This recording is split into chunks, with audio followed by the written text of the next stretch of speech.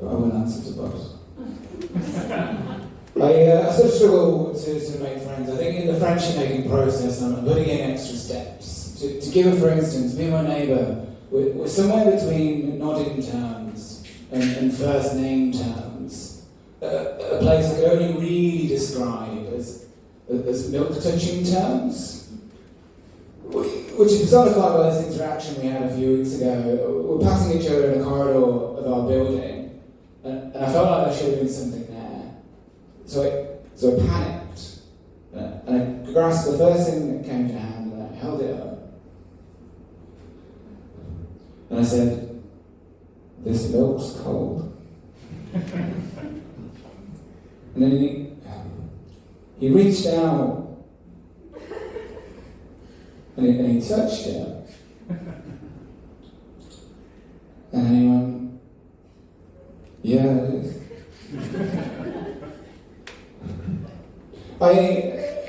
I'm trying to sort of improve, right? So I've been reading up on empathy recently, because that's how you learn empathy. But I was, to the point where I thought I'd kind of cracked it. I was out with a colleague, and then I looked past over his face, and I was like, I think I know what that was, but I wasn't sure. So I said, "What were you just thinking just then?" And he said, "Well, I'm concerned that those who subscribe to the philosophical school of Stoicism are too quick to dismiss their impact in a situation, and are thus reducing their agency." And I was thinking hungry. I'm not all bad. I donate blood, which would be a completely useless undertaking if I didn't tell you guys about it. Usually I sort of like wear a badge to let people know, but I've left it under a pile of letters from the Green Party thanking me to vote for them, and there's a postcard there from Derek the Donkey at the Sanctuary saying, "My donations are basically keeping the lights on."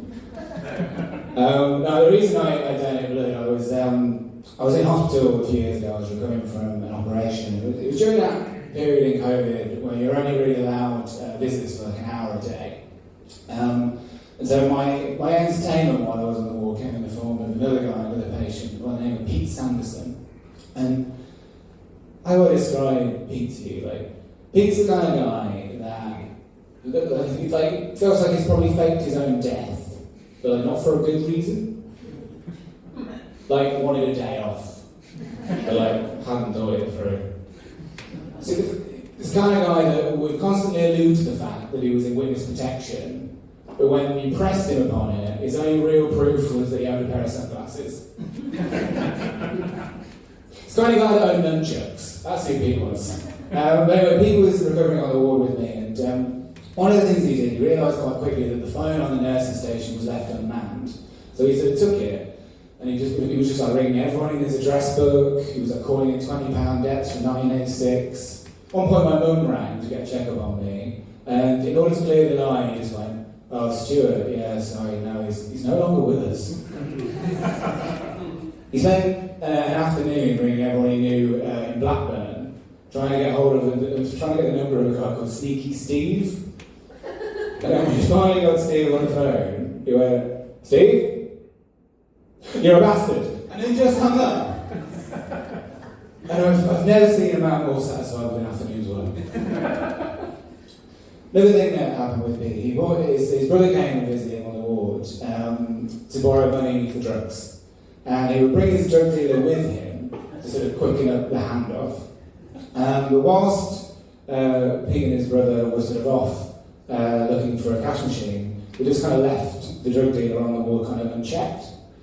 Now, the drug dealer's wasn't the kind of hardened criminal that perhaps you guys have in your head, sort of gangster films. Again, to give a kind of impression of the drug dealer, Pete and his brother would bully him. I think, as a drug dealer, he was probably operating at a loss. Had a sort of little price match situation going on. He wanted to borrow Pete's nunchucks. That's the kind of guy the drug dealer was. But the drug dealer was, while he was left unmanned and unchecked on the ward, he was just going around stealing patients' food that they hadn't eaten from their lunches. And he came and at one point, he took my banoffee pie. And I woke up and I saw him, and he sort of startled, and then put the pie back. But realised that I was recovering from 2 operations and had no impact, no ability to impact the situation. So there was a moment where he sort of bolstered himself, and he thought, I could be the alpha here. I could take his pie. So he slowly took the pie again, and maintained complete eye contact. And a little girl who was visiting her dad on the other side of the door just went, "That's not yours," and he crumbled. And he sort of threw the pie back at me and ran out of the ward. But there was a moment as he threw the pie back at me where I saw in his eyes, I saw this realisation that even here, among the lepers, it's just a man stealing a pie in front of a child. I think about Pete quite a lot over the years. I think about the fact that, I was kind of there, viewing him as a form of entertainment. And I think about the fact that, he was probably looking back at me and sort of wondering what decisions I was making with my life, right? So I was kind of in there for stress-related reasons. During COVID, I was moved like 5 times, so I couldn't really kind of reach out to people. I couldn't ask for help. I was still taking work phone calls in my hospital bed. And I think about how the fact that Pete was probably looking back at me, and it's probably something that we can both really learn from each other. And I guess this is really the story of me justifying why I now own nunchucks. All of that, everything I've just said, I'm trying to kind of make friends. I was out a few days ago, I was chatting to this guy in a bar. He was holding some milk, but we were interacting nonetheless, which I count as a win. But we're in this bar, and a couple of things happened in this bar, which one of them was, on the other side of this bar, like most people, lick an envelope kind of lengthwise, that, one long lick. This guy was licking an envelope, but with lots of little licks. Just I have to live with that now in my head. The other thing that happened was this woman kind of stood up and she announced to the bar, she was pointing at this guy.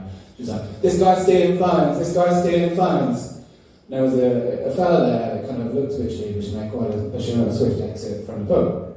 And the person I was talking to said, "Oh, we should go and do a citizen's arrest." And I'm nothing but a follower. So this is the story of how I took part in a citizen's arrest, but my role was very much supportive. The other guy was doing the arresting, and I was kind of over the shoulder, just yeah! Get it! But the only real thing I can tell you about taking part in a citizen's arrest is you just need to shout citizen's arrest a lot. No one really knows what they're doing. You just sort of, citizen's arrest! That's enough. But anyway, we detained this guy. And I was told I had to ring the police. I was on the phone to the police officer, and I said, we've done a citizen's arrest. And the police officer could not be less interested. He was like, "Why?" "Well, we're stealing phones and it felt like the right thing to do." And he said, "Oh, okay. Did you shout citizen's arrest?" "Yes, I did." So, yeah, fine. I'll be there in 45 minutes. So we're just kind of standing there, sort of vaguely arm in arm with this guy who's got zero interest in leaving at this point. And so, just got chatting to him. Nice guy. His name's Graham. He's just down on his luck. I'm in a WhatsApp group with him now. I'm trying to find him some work. His background's in Bouncy Castle Rentals. So if anyone's got anything in that area, if you could just let me know after the show, that'd be really helpful. Anyway, that's it. Thank you for your time.